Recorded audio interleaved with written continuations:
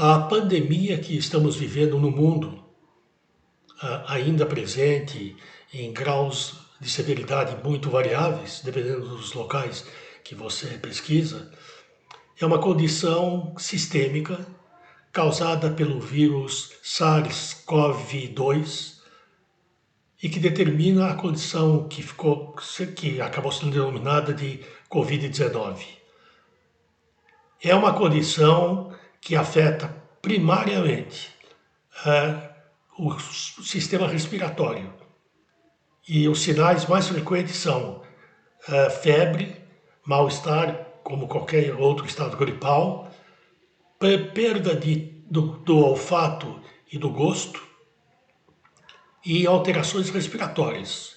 Esse quadro ele pode ser muito leve, pode ser inclusive assintomático, mas nos casos sintomáticos, em 85% dos casos, eles são muito leves, em 15% requerem hospitalização e em 5%, mais ou menos, requerem internação em unidades de terapia intensiva, que são esses indivíduos mais severamente afetados, que necessitam com muita frequência suporte respiratório, etc.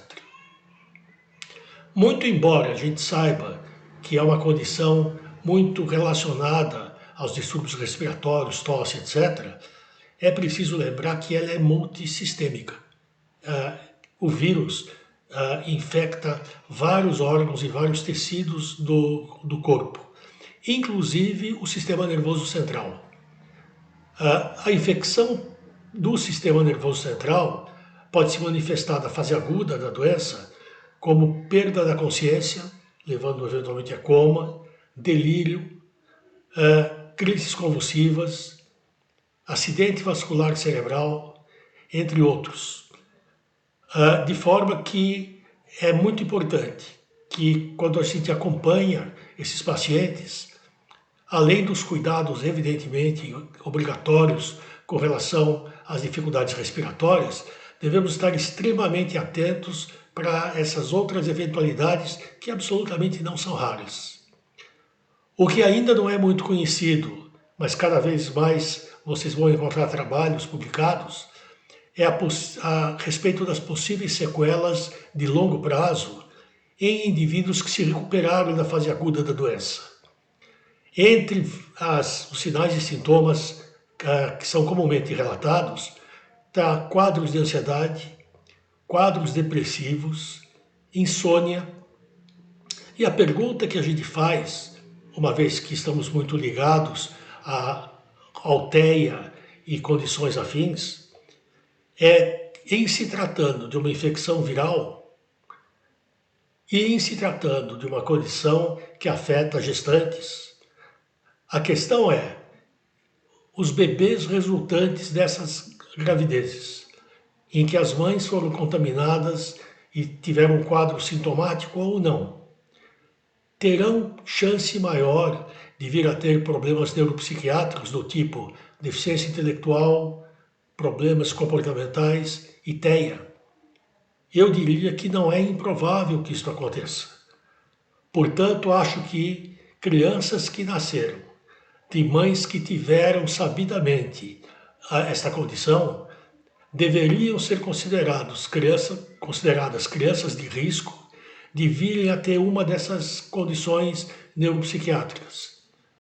Acho importante aproveitar esta oportunidade para lembrar que, muito embora, desde o início dessa condição, a gente saiba que o grupo de risco maior são os indivíduos mais velhos e pessoas que têm algum problema quanto à imunidade ou outras comorbidades, não deixa de ser fundamental chamar a atenção para o fato de que crianças também são afetadas.